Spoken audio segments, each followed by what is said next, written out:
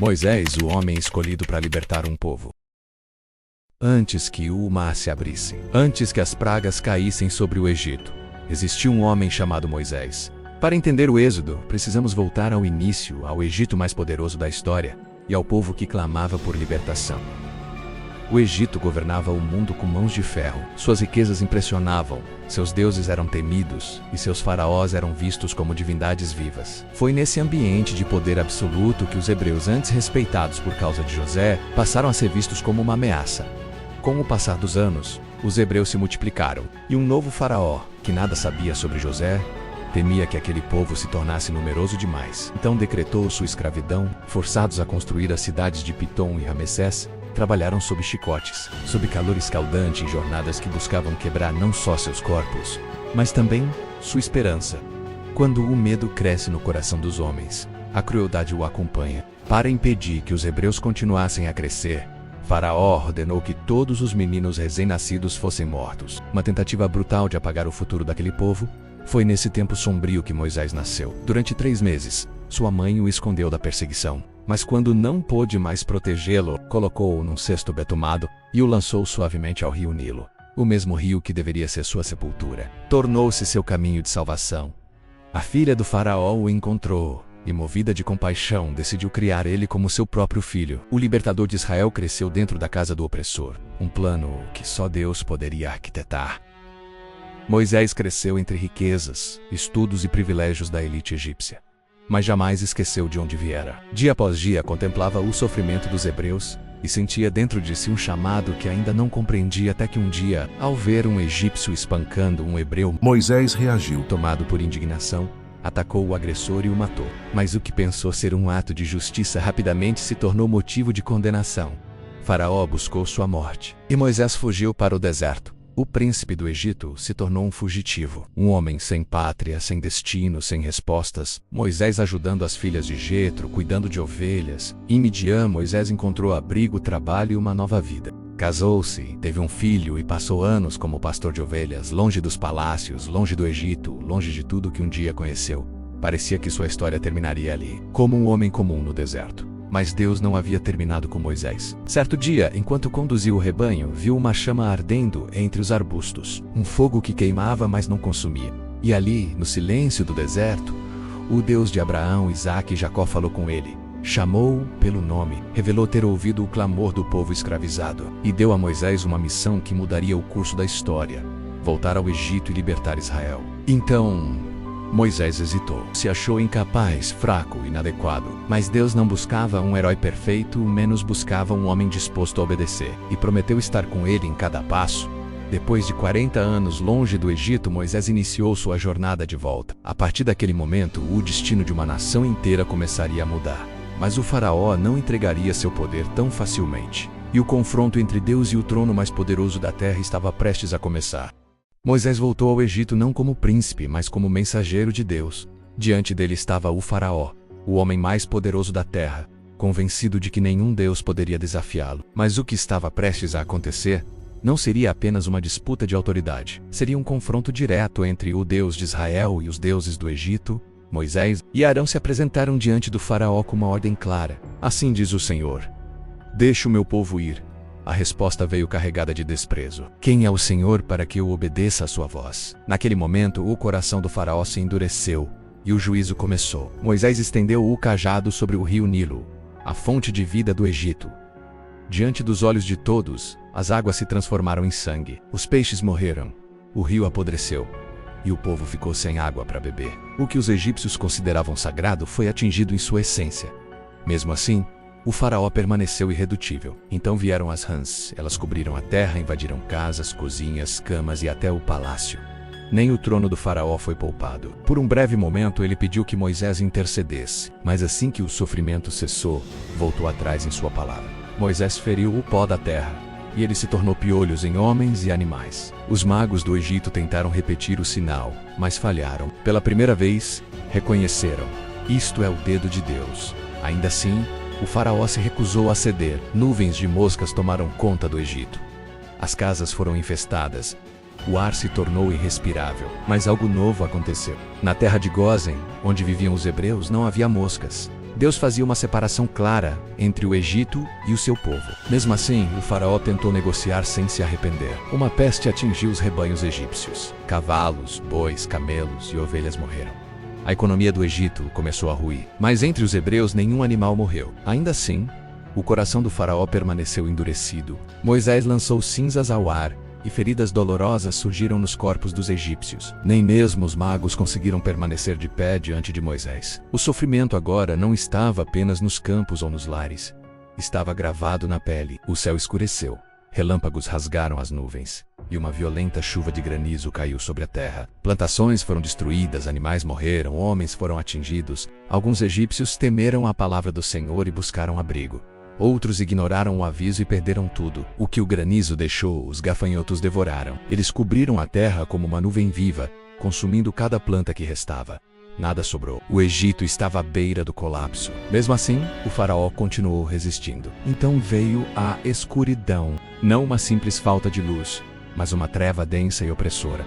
E por 3 dias, ninguém se levantou do lugar. O Deus Sol do Egito havia sido silenciado. Mas nas casas dos hebreus, havia luz. E antes de ir embora, Moisés deixou claro que ainda restava uma última praga, a mais terrível de todas. Uma que atravessaria palácios e cabanas, atingindo ricos e pobres. Pela primeira vez, o faraó sentiu medo. 9 pragas haviam assolado o Egito, 9 avisos foram ignorados. Agora apenas uma noite separava o povo da libertação ou da maior tragédia que aquela nação já conheceria.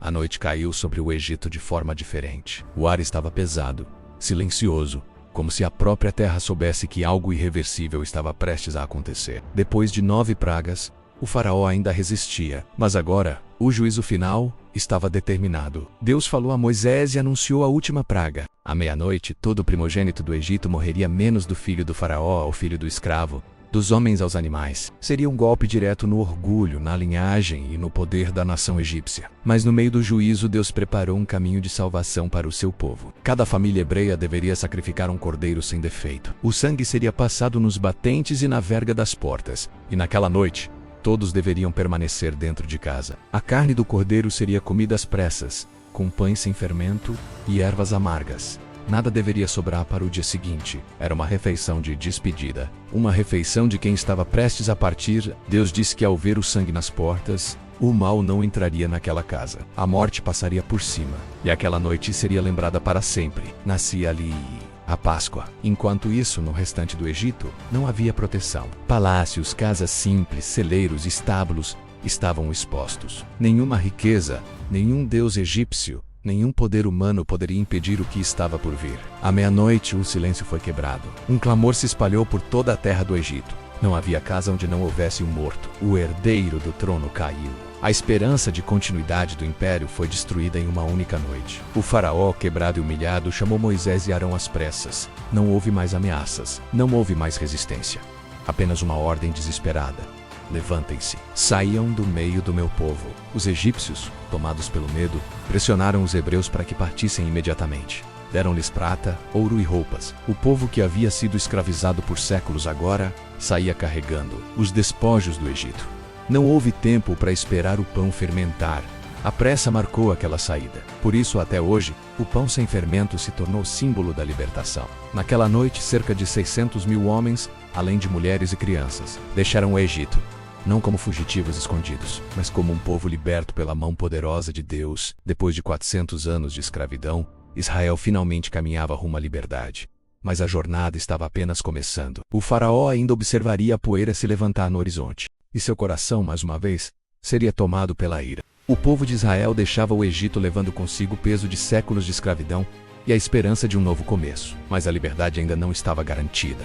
À frente, apenas o deserto. E adiante dele, o março. Quando o faraó percebeu que havia libertado sua força de trabalho, seu coração se encheu de fúria. O orgulho ferido falou mais alto que o medo. Ele reuniu seus melhores carros de guerra, seus soldados mais experientes, e partiu em perseguição. Do outro lado, Israel caminhava lentamente. Homens, mulheres, crianças e animais seguiam sob a liderança de Moisés. À noite, uma coluna de fogo iluminava o caminho. Durante o dia, uma nuvem os guiava pelo deserto. De repente, o povo ouviu o som dos carros. O exército egípcio se aproximava rapidamente. Atrás deles, o mar À frente, nenhum caminho visível. O medo tomou conta do povo. A murmuração começou. Foi para morrermos no deserto que nos tiraste do Egito? Não era melhor ter permanecido como escravos? O desespero falou mais alto que a fé. Moisés, porém, se colocou diante do povo e disse: não temais. Hoje vereis o livramento que o Senhor fará. Então Deus ordenou que Moisés estendesse o cajado sobre o mar. Um vento forte soprou durante toda a noite. As águas começaram a se separar. Onde havia um obstáculo intransponível, surgiu um caminho seco. O povo de Israel atravessou o mar entre duas paredes de água. O chão estava firme sob seus pés. A mesma água que poderia ter sido morte se tornou passagem. O exército egípcio decidiu seguir. Carros, cavalos e soldados avançaram pelo mesmo caminho. Mas, no meio da travessia, algo mudou. As rodas começaram a travar. O terreno se tornou instável. O pânico tomou conta dos egípcios. Eles perceberam tarde demais que lutavam contra o próprio Deus. Então Moisés estendeu novamente o cajado. As águas voltaram ao seu lugar. O mar cobriu carros, cavalos e guerreiros. Nenhum deles sobreviveu. Quando o dia amanheceu, Israel estava em segurança do outro lado. O maior exército da época havia sido derrotado sem uma única espada levantada. O povo contemplou o mar em silêncio. O medo deu lugar ao assombro. A escravidão havia ficado para trás para sempre. Moisés e o povo entoaram um cântico de louvor. Celebraram o Deus que luta por seu povo, o Deus que abre caminhos onde não existem. Mas logo após o cântico, uma nova realidade se apresentaria. À frente, um deserto longo e imprevisível. A libertação havia sido conquistada. Agora começaria a jornada da fé. Depois da travessia do mar, Israel finalmente estava livre do Egito. Mas a liberdade trouxe um novo desafio. Sem Faraó, sem correntes, sem chicotes, restava agora aprender a confiar. O deserto não era um caminho curto. Era seco, hostil e imprevisível. E logo nos primeiros dias, a euforia da libertação começou a dar lugar à inquietação. Então a água acabou. O povo chegou a um lugar chamado Mará, mas a água era amarga e imprópria para beber. A murmuração voltou. O mesmo povo que havia visto o mar se abrir, agora questionava se sobreviveria. Moisés clamou a Deus e Deus mostrou uma árvore. Quando lançada nas águas, elas se tornaram doces. Ali no deserto, Deus ensinava que a provisão viria, mas nem sempre da forma esperada. E um pouco depois, a fome começou a apertar. O povo se lembrou das panelas de carne do Egito. A escravidão começou a parecer confortável diante da incerteza do deserto. Então, ao amanhecer, algo estranho cobriu o chão. Um alimento fino, como orvalho, apareceu por toda parte. O povo perguntou: o que é isso? E Moisés respondeu: este é o pão que o Senhor lhes deu. O maná caía todos os dias. Nem mais, nem menos do que o necessário. Não podia ser acumulado. O deserto se tornava uma escola diária de dependência. Quando a sede voltou, o povo novamente reclamou. Deus ordenou que Moisés ferisse a rocha, e dela jorrou água suficiente para toda a congregação. No lugar mais improvável, a vida brotou novamente. Mas o deserto não era apenas falta, também era confronto. O povo de Israel foi atacado por Amaleque. Enquanto Josué lutava no vale, Moisés erguia as mãos no monte. Enquanto as mãos estavam levantadas, Israel estava prevalecendo. Quando baixavam, o inimigo avançava. A vitória veio quando Moisés foi sustentado. Ali, Israel aprendeu que vencer não dependia apenas de força, mas de intercessão. Por fim, o povo chegou ao Monte Sinai, um lugar envolto em nuvens, trovões e fogo. Deus desceu sobre o monte e falou com Moisés. Ali, o Senhor fez uma aliança com Israel. Não seriam apenas libertos, seriam um povo separado, guiado por princípios e propósito. Deus entregou a lei, mandamentos que não eram correntes, mas caminhos para viver em liberdade. No deserto, Israel aprendeu que sair do Egito era fácil. Difícil era tirar o Egito de dentro do coração. A jornada continuaria, nem sempre com fidelidade, nem sempre com obediência. Mas naquele momento Deus havia deixado claro: Ele não apenas liberta, Ele caminha com o seu povo. Curta, se inscreva no nosso canal e que Deus os abençoe.